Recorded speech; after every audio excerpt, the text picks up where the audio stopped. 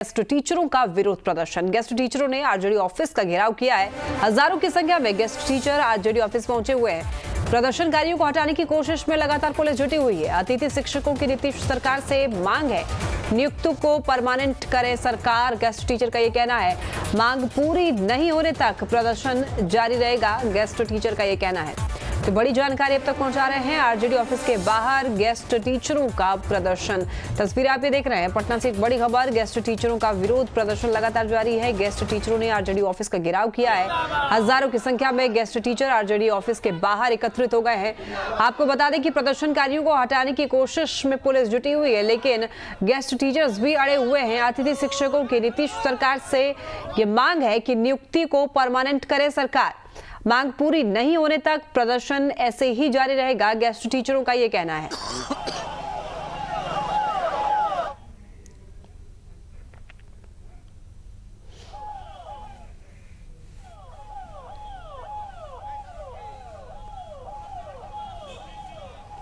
और ज्यादा जानकारी के लिए संवाददाता उत्कर्ष हमारे साथ जुड़ रहे हैं। उत्कर्ष, देखिए गेस्ट टीचरों का विरोध प्रदर्शन अब आरजेडी ऑफिस के बाहर एकत्रित हो गए हैं। क्या कुछ अपडेट है, क्या कुछ इनकी मांगे हैं?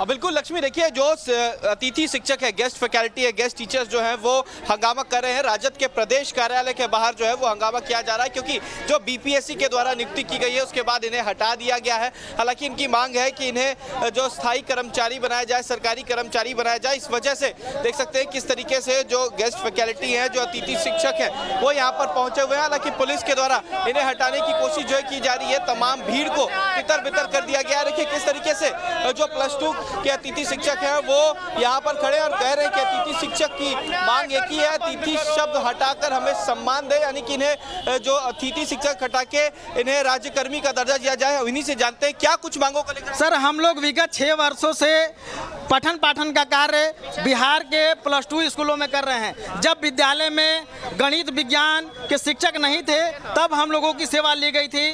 तब से हम लोग सुबह 9 बजे से लेकर 4 बजे तक विद्यालय में रहते हैं और बच्चों को पढ़ाने का कार्य करते हैं। 6 वर्षों से +2 के रिजल्ट में आशातीत बढ़ोतरी हुई है और आज हम लोगों को बीपीएससी के माध्यम से जो टीचर आ रहे हैं, कहा जा रहा है कि वो योग्य हैं और आप लोग अयोग्य हैं। तो हमें सरकार बताए कि हम लोग आज अयोग्य कैसे हो गए। हम 6 सालों से आपके लिए योग्य थे और यहाँ पर किनसे मिलने आए हुए? हम लोग की मांग यही थी कि हम लोगों को मुख्यमंत्री तेजस्वी यादव जी आए और हम लोगों को जो 6 वर्ष में उन्होंने आश्वासन दिया था कि जब हमारी सरकार आएगी तो हम आप लोगों को रेगुलर कर देंगे, अस्थायी कर देंगे। बस उन्हीं मांगों को उनके मुखारबिंद से हम लोगों को कह दिया जाए कि आप लोगों को अस्थायी किया जाएगा, हम लोग यहाँ से चले जाएंगे। अगर नहीं मांगेंगे हमारी मांग तो हम लोग यहीं डटे रहेंगे, चाहे पुलिस प्रशासन हमको जबरदस्ती यहाँ से भगा दे, लाठी चलाए, हम लोग जेल जाने के लिए तैयार हैं। लेकिन हम जानते हैं कि हमें कल से विद्यालय जाना ही नहीं है। जब हम लोग को सरकार निकाल चुके हैं तो हम लोग यहीं रोड पर आ जाएंगे। जाने तक की बात कर रहे हैं। महिला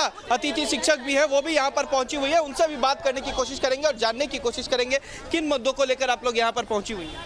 हम लोग अपनी मांग को लेकर पहुंचे हुए हैं कि हम लोग को अस्थायी किया जाए। हम लोग 6 साल से वर्क कर रहे हैं, दर दर का ठोकर हम लोग को तिल तिल कर मारा जा रहा है। हम लोगों के जगह पे बीपीएससी वाले टीचर आ गए हैं, एक तरफ रोजगार दे रहे हैं, एक तरफ बेरोजगार कर रहे हैं।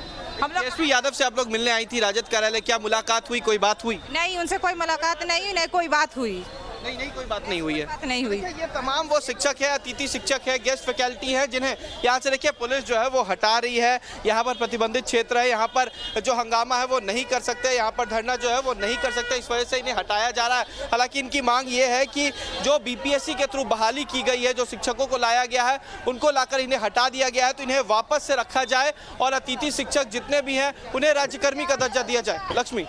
तो उत्कर्ष, अब देखिए सवाल ऐसे में ये है कि क्या सरकार एक तरफ से कुछ लोगों को रोजगार दे रही है तो दूसरी तरफ से कुछ लोगों को बेरोजगार कर रही है, और सवाल ये भी कि क्या सरकार इन लोगों के साथ में धोखाधड़ी कर रही है।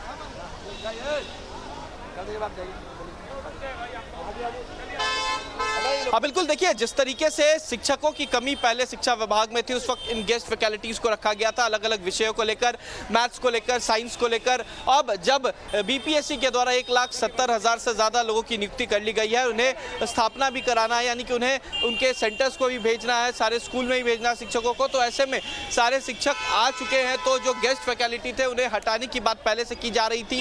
इनकी मांग थी कि इनके वेतन में ही बढ़ोतरी की जाए, लेकिन वेतन की बढ़ोतरी तो नहीं हुई, इन्हें इनके कार्य से ही हटा दिया गया। तो सरकार कहीं ना कहीं एक तरफ रोजगार जरूर दे रही है, दूसरी तरफ इन जो गेस्ट फैकल्टी है उनकी रोजगार को छीनने की भी कोशिश की जा रही है। देखिए किस तरीके से अलग अलग जगहों पर जो तमाम शिक्षक अब हैं, गेस्ट फैकल्टी है, उनका इतना ही मांग है कि इन्हें राजकर्मी का दर्जा दिया जाए, क्योंकि जिस तरीके से बीपीएससी के द्वारा जो शिक्षकों को लाया गया है और इन्हें हटाया गया है, उसको लेकर इनका विरोध है। इनका कहना है कि जब पुराने शिक्षक को लाया गया और कहा गया कि अब हम लोग योग्य नहीं है, तो उस वक्त किस तरीके से योग्य थे, उस वक्त हमें क्यों लाया गया था, और अब जब जरूरत खत्म हो चुकी है तो क्यों हटाया जा रहा है। बिल्कुल उत्कर्ष, देखिए अब सवाल योग्यता को लेकर के भी आने लग रही है, क्योंकि इनका कहना है कि जब क्राइसिस पड़ती है, जब जरूरत होता है तो आप हमें हायर कर लेते हैं, और जब जरूरत खत्म हो जाता है तो आप हमें हटा देते हैं। इस तरीके से आप कैसे डिसाइड कर रहे हैं कि कौन योग्य है और कौन नहीं?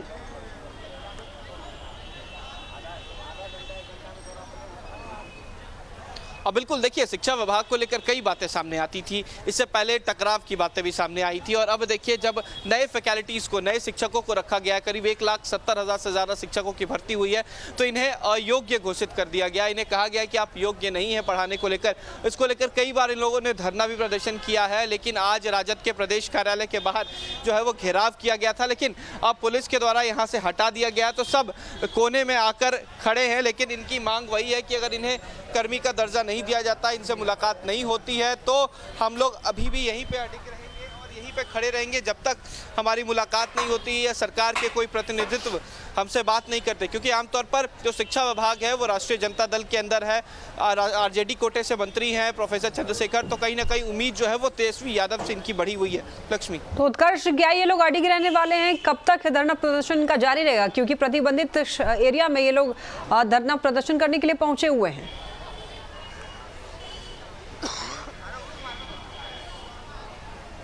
बिल्कुल लक्ष्मी, देखिए प्रतिबंधित क्षेत्र है, इस वजह से पुलिस जो है वो इन्हें हटाने की कोशिश कर रही है। साम तौर पर जो पुलिस है उनका कहना है कि यहाँ पर नहीं खड़े रह सकते हैं। महिला पुलिसकर्मी को भी डिप्लॉयड किया गया ताकि इन्हें यहाँ से हटाया जाए।